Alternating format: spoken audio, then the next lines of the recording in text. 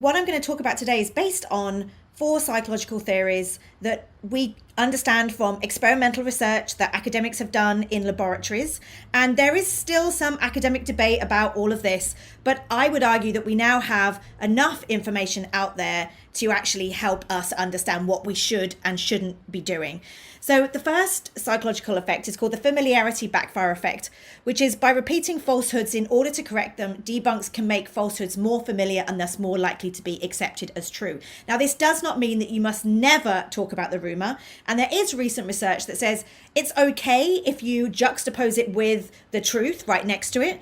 The problem is when you've only got the size of a tweet or you've only got the size of the headline, you actually don't have a lot of space for that nuance. Be really wary about repeating the falsehoods because remember, not everybody is on social media all day long, so they might not have seen it. And actually, if you're a CNN or a BBC or you've got a big following, by debunking it, you could actually make it more available to people who otherwise hadn't heard it. And one thing I want to stress right now is that human beings are lovely, but we've got terrible brains. And our brains right now are overwhelmed with information. And also many of us are very frightened.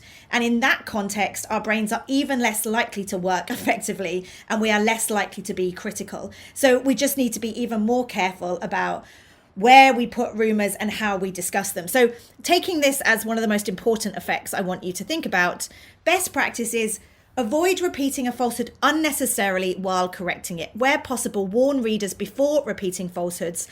And rather than say, here's the myth, here's the myth, here's the myth, can you just frame it in a way that tells people what they need to know? And that isn't always easy, but that's really what we should be doing right now. Because here's an example of very easy to do. It's a fact sheet. We see these all the time, like 5 myths about coronavirus.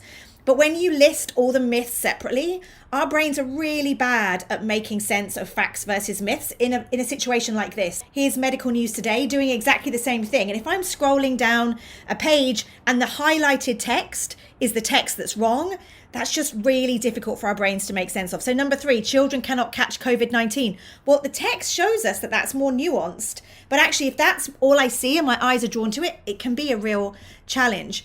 Let's think about Twitter, Facebook, and Instagram for a second.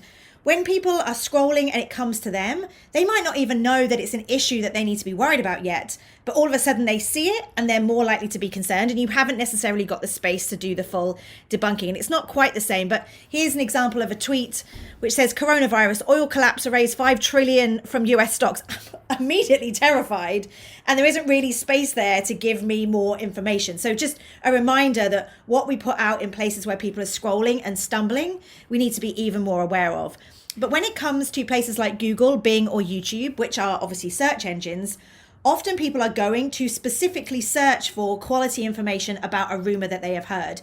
And in those contexts, it's actually not terrible to repeat the rumor in the headline because people are actively searching, and we want there to be quality information available to them when they do these searches. Because if they search and there's nothing there but conspiracies and misinformation, then we're in trouble. But I think it's really important to make that distinction. So here's an example on YouTube about, the rumor, does coronavirus travel on a package?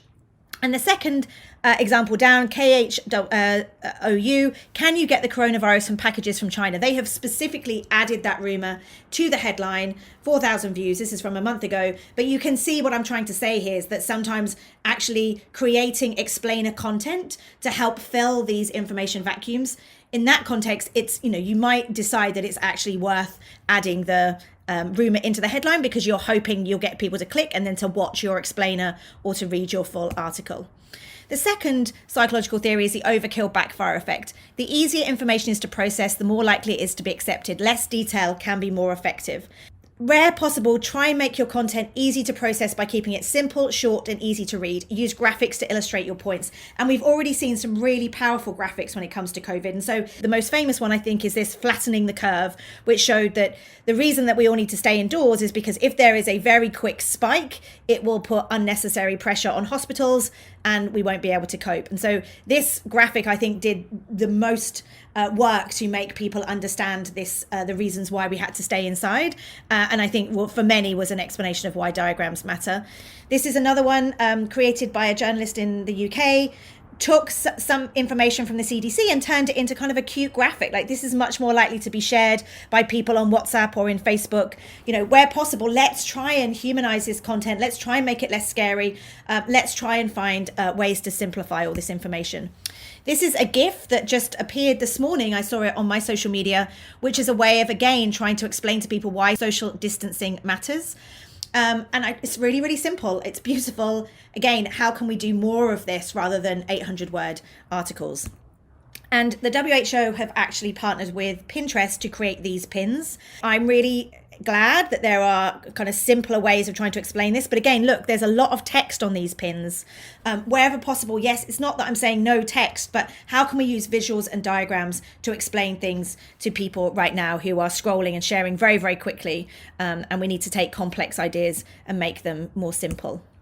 So the third psychological theory is the worldview backfire effect. People process information in biased ways. When debunks threaten a person's worldview, those most fixed in their views can double down. And I think many people have struggled in the last couple of weeks to talk to their parents who are older and are like, oh, there's nothing here, be quiet, of course I can go shopping. You have to think about language that's going to work with people, because if you say to somebody you are wrong, and here's a fact-checking article that proves that you're wrong, people are actually more likely to double down on their views rather than be like, oh, thanks for sharing that fact-checking article, that's so helpful. And that's because of this psychological theory. So we should be using language which is like, wow, yeah, I actually have seen some of these posts as well, mum and dad, but actually, I'm looking at a lot of this and I'm actually really worried, because I'm worried about our community. I'm worried about why, we are going to suffer if we don't do this. And so it's language like we and us and community. And so here's another thing to remember is, wherever possible, try and avoid ridicule or derogatory comments. Don't say, oh, you're crazy for thinking this, like, you're insane, can't you see what's happening? Like, we have to find ways to talk to one another that isn't about you're right, I'm wrong. And the way that we do that is by using language that's about connection and it's about community. And here's an example of a message. I actually received this on a closed messaging app, and I'll be honest, I forwarded it because, as you can see, somebody said from a credible source. It wasn't, it was a rumor. But in this example, we can say, I can say to people now, look, all of us have got these messages. I made a mistake. I shared this too. But, if we do this and we all get panicked and we all share false information, we're actually going to be in trouble when we do get into a situation when there is a lockdown, or if there is a case where we can only go to the grocery store at 6 p.m. I mean, whatever happens, we have to say to people, all of us are part of this. It's not journalists are right, people at home are wrong. All of us right now are, social distancing, we're isolated, and that kind of language is much more effective. And finally, missing alternatives. Labeling something as false but not providing explanation often leaves people with questions. If a debunker doesn't answer these questions, people will continue to rely on bad information.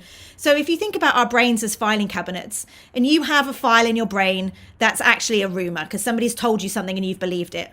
If somebody else comes along and says, you're wrong, that's false, that's not true, then you take that file out of your filing cabinet brain. But if you don't fill that hole in your filing cabinet, then the filing cabinet, just like a concertina, goes back and needs to fill that hole. So it will fill that hole with the old information. So you need to provide an explanation for why those false rumors might be spreading. And so here, this is all about kind of answering questions. And an example might be people who are trying to sell supplements. So right now we're seeing a lot of misinformation about many different medications, different supplements, different fruits and vegetables that people are saying this is going to cure coronavirus. Well, some of this is just people trying to help. They don't mean any harm. But some people are pushing this because they want to make money right now.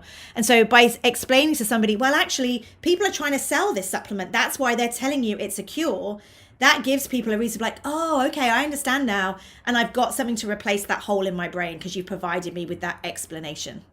Be precise with language. Are you talking about tests or cases? Are you talking about how many people have died or how many people have survived? Right now, there's a lot of confusion. And if we're not careful with the language that we use, then people more generally are going to kind of turn away. And I would argue in the last 3 weeks, there was a lot of discussion about how young people were not at risk, but you should stay at home to make sure that older members of the public are safe. Well, now new numbers seem to be suggesting that there are people under 50 who are getting coronavirus and ending up in hospital. And I've definitely seen conversations amongst younger people saying, well, I don't trust the news media now. They told me I was fine, and now I find out I'm not. So we also need to let people know that these things are changing all the time. So just to finish up, number one, focus on facts where possible. Secondly, make your content easy to process by keeping it simple, short, and easy to read. Avoid ridicule or derogatory comments.